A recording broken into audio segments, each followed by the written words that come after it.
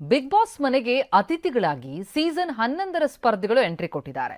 ಉಗ್ರಂ ಮಂಜುಗೆ ವಿವಾಹ ನಿಶ್ಚಯವಾದ ಕಾರಣ bachelor party ಮಾಡೋದಕ್ಕೆ ಬಿಬಿ ಮನೆಗೆ ಎಂಟ್ರಿ ಕೊಟ್ಟಿದ್ದಾರೆ. ಆದರೆ ಉಗ್ರಂ ಮಂಜು ಮದುವೆ ಬಗ್ಗೆನೇ ಗಿಲ್ಲಿ ವ್ಯಂಗ್ಯ ಮಾಡಿರೋದು ತೀವ್ರ ಆಕ್ರೋಶಕ್ಕೆ ಕಾರಣ ಆಗಿದೆ. ಇವೆ ಇಂತಹ ಮಾತುಗಳೇ ಈಗ ಬಿಗ್ ಬಾಸ್ ಮನೆಯಲ್ಲಿರುವ ಗಿಲ್ಲಿಯ ಹುಚ್ಚುಕೋಡಿತನ ತೋರಿಸ್ತಿದೆ. ಬಿಗ್ ಬಾಸ್ ಮನೆಯಲ್ಲಿ ಕಿಚ್ಚು ಹಚ್ಚಿದ ಗಿಲ್ಲಿ ಮಾತು.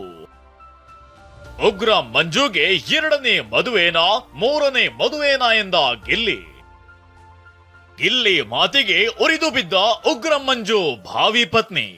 ಹೌದು, ಬಿಗ್ ಬಾಸ್ ಮನೆಯಲ್ಲಿ ಗಿಲ್ಲಿ ಖ್ಯಾತಿಯ ನಟ ಆಡಿದ ಮಾತುಗಳು ತೀವ್ರ ವಿವಾದಕ್ಕೆ ಕಾರಣವಾಗಿದೆ.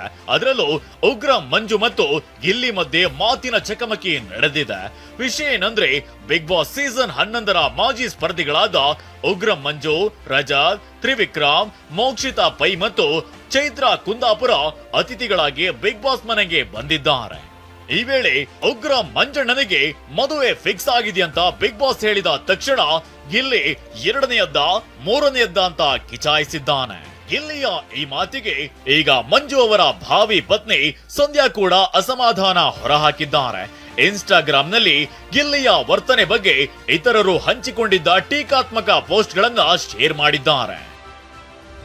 ಎಲ್ಲರ ಹತ್ತಿರ ಪರ್ಸನಲ್ ವಿಷಯಗಳನ್ನ ಇಟ್ಕೊಂಡು ಕೆಟ್ಟ ಜೋಕ್ಸ್ ಮಾಡೋದು ಕಾಮಿಡಿನ. ಎಲ್ಲ ಶೋಗಳಲ್ಲೂ ಒಂದೊಂದು ಹುಡುಗಿ ಬಲಿ ಕೊಟ್ಟು ಗೆಲ್ಲೋ ಗಿಲ್ಲಿ ಬೇರೆಯವರಿಗೆ ಎಷ್ಟನ್ನೇ ಎದ್ದು ಅಂತ ಕೇಳ್ತಿದ್ದಾನೆ. ಬಿಟ್ಟಿ ಊಟ ಕೊಡೋ ಅಂತ ಯೋಗ್ಯತೆ ಇದೆಯಾ ನಿನಗೆ ಗಿಲ್ಲಿ ಅಂತ ಅಖಿಲ್ ಅಜ್ಜರ್ ಅನ್ನೋರು ಇನ್ಸ್ಟಾಗ್ರಾಂನಲ್ಲಿ ಸ್ಟೋರಿ ಹಂಚಿಕೊಂಡಿದ್ರು.